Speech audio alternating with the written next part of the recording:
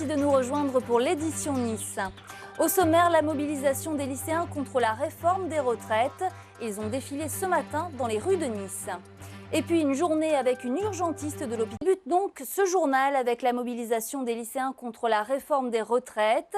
Venus des quatre coins de Nice, ils se sont retrouvés devant le lycée Masséna ce matin.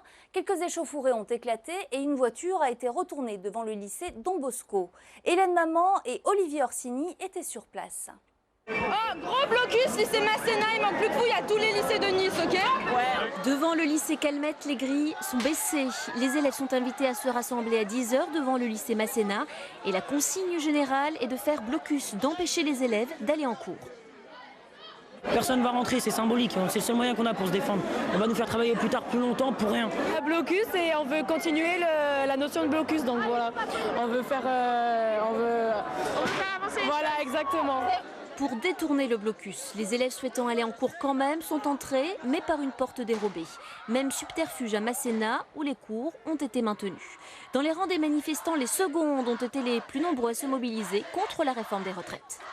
On s'est battu pour les gagner, on se battra pour les garder.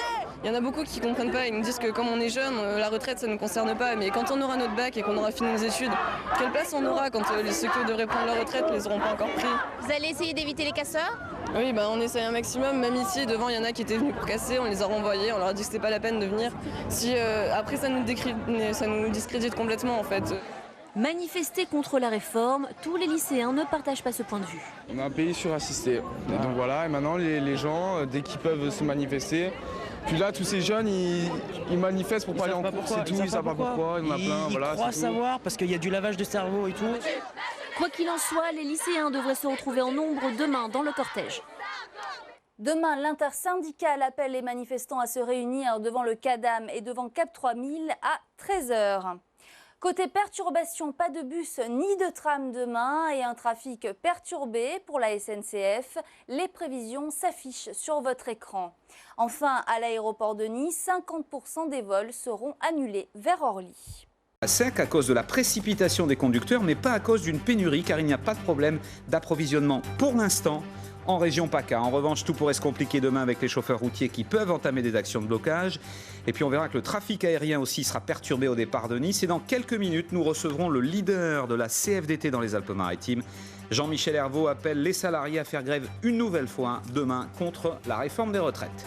Et ce constat évident, c'est pas évident de trouver de l'essence en ce moment sur la Côte d'Azur. Oui, des stations en panne sèche, il y en a de plus en plus dans le Var et les Alpes-Maritimes. Pourtant, les autorités sont formelles. Il n'y a pas de pénurie d'essence et le dépôt de Puget sur Argent est ravitaillé. Le problème, c'est que vous avez été trop nombreux à faire le plein ce week-end. Du coup, pour conserver leur stock, certaines stations ont opté pour une méthode radicale. Jacqueline Pozzi, Gérard Pilon. Fermée hier, rouverte ce matin. Dans cette station-service d'un hypermarché d'Antibes, pas de file d'attente particulière, pas de pénurie, seule une invitation à ne pas abuser à la pompe. Ce week-end, par précaution, la station avait suspendu la distribution pour que le carburant ne manque pas en début de semaine. En ce lundi, l'arrivée de 4 camions d'avitaillement a fini de rassurer tout le monde. Aujourd'hui, on va recevoir le volume de carburant prévu. Donc la situation redevient normale et nous n'aurons plus d'inquiétude, nous n'avons pas d'inquiétude sur les stocks pour la journée d'aujourd'hui et de demain. D'autres stations ont moins de chance. Ici, on attend toujours le camion de carburant prévu samedi dernier. Conséquence, plus de gazole ni de samplon 98. Et la situation est à peine meilleure aux alentours. J'ai eu un peu de mal à trouver, oui. J'ai fait un petit peu tout le tour de Cagnes. Et puis voilà, je suis venue ici et j'en ai trouvé là. Les stations restées ouvertes hier ont accueilli jusqu'à 2 fois plus de clients qu'un dimanche normal. Ici, dans quelques heures, les cuves pourraient être à sec. On est tous dans le même cas, on attend tous des camions, mais on ne sait pas pour quand. Aucune info? Aucune info. Normalement dans la journée, non? Non, pas du tout, non. On n'a aucune information. Ça sera pour dans la semaine ou la semaine prochaine, on ne sait pas. Les camions partent d'ici, des dépôts pétroliers de Puget-sur-Argent dans le Var. Pas de blocage, mais une activité réduite, puisque sur les 3 raffineries de l'étang de Berre qui l'alimentent par oléoduc, une seule fonctionne aujourd'hui. De ces raffineries dépend également l'aéroport de Nice. La plateforme dispose de 2 jours de réserve en kérosène pour les avions grâce à des restrictions imposées aux compagnies.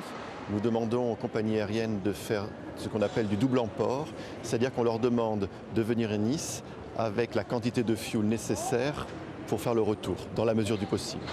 Le risque de pénurie est surveillé au jour le jour à l'aéroport, où demain c'est plutôt la grève des contrôleurs aériens qui va compliquer l'équation du trafic. Pas de problème d'approvisionnement aujourd'hui, mais attention, tout pourrait changer demain, notamment avec l'action des transporteurs routiers, des chauffeurs routiers qui nous annoncent ici donc à la rédaction qu'ils vont mener des actions, notamment dans le Var. Oui, ils décideront en tout cas demain matin de bloquer Draguignan. C'est ce qu'ils envisagent de faire ce soir avant de se rendre au dépôt de Puget-sur-Argent. Des opérations escargots ont déjà eu lieu aujourd'hui. Elles étaient souvent menées de façon spontanée. C'était le cas sur la Nationale 7 dans le Var et les Bouches-du-Rhône. Routiers mobilisés, transporteurs inquiets. Je vous propose d'écouter les deux parties. Le congé fin d'activité est remis en question, le congé fin de carrière est remis en question, tout est remis en question. Et les copains qui ont déjà 30 ans de route, déjà je comprends très bien qu'à la fin ils veulent partir et puis se reposer. Je pense qu'on est en train de tirer grosso modo les dernières cartouches. L'État nous dit qu'il ne faut pas s'affoler, on ne s'est pas affolé. Mais ce qui est sûr aujourd'hui, c'est qu'on ne peut plus avoir de gasoil dans pas mal d'endroits. Et on reçoit ce soir Jean-Michel Hervaux, le patron de la CFDT dans les Alpes-Maritimes. La CFDT qui est le syndicat majoritaire chez les transporteurs routiers au niveau national.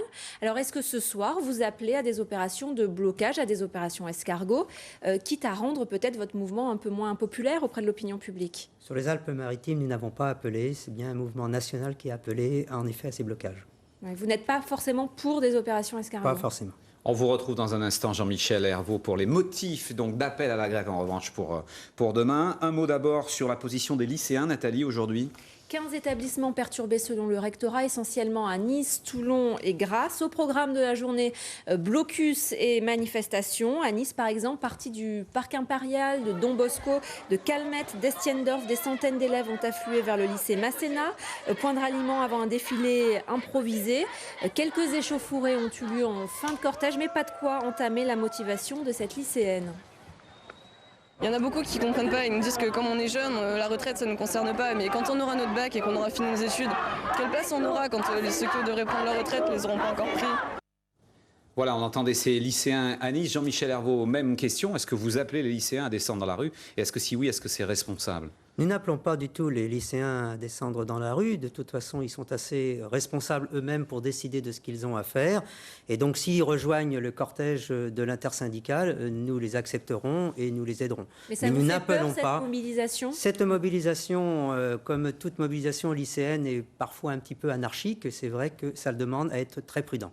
Est-ce qu'il n'y a pas un risque d'essoufflement du mouvement? On a interrogé des manifestants la semaine dernière qui nous disaient quand on gagne 1 200 € dans le mois, se payer 2-3 jours de grève comme ça en pleine semaine, c'est pas possible, on va avoir un petit salaire, donc on fera pas grève mardi prochain. Vous n'avez pas peur d'une démobilisation parce que c'est pas facile pour eux? Vous avez raison que c'est difficile de pouvoir mobiliser des gens en leur demandant de faire le sacrifice d'une journée de salaire. C'est tout à fait, en effet, l'exact. C'est une des raisons pour lesquelles nous avons organisé quelques manifestations le samedi pour permettre que des personnes qui ne sont pas en situation de travail puissent se manifester. Et samedi dernier, nous avons vu en effet beaucoup de têtes nouvelles, ce qui veut dire que la mobilisation générale, elle existe. Est-ce que vous prévoyez, est-ce que vous espérez une radicalisation du mouvement? La radicalisation, elle n'est pas de notre côté. Aujourd'hui, elle est devant l'intransigeance et l'obscurantisme de l'État qui refuse toute négociation et qui veut imposer une loi qui est parfaitement injuste. Alors justement, imaginons que vous mettiez tout sur table. Est-ce que vous êtes prêt à tout renégocier, y compris les régimes spéciaux? Voilà, c'est ça. Nous sommes en effet prêts à mettre tout sur la table. À CFDT, on a toujours été très clair que par rapport aux régimes spéciaux, il fallait bien aborder un jour le problème. Et donc, s'il y avait une possibilité de venir à une négociation, nous sommes prêts à négocier.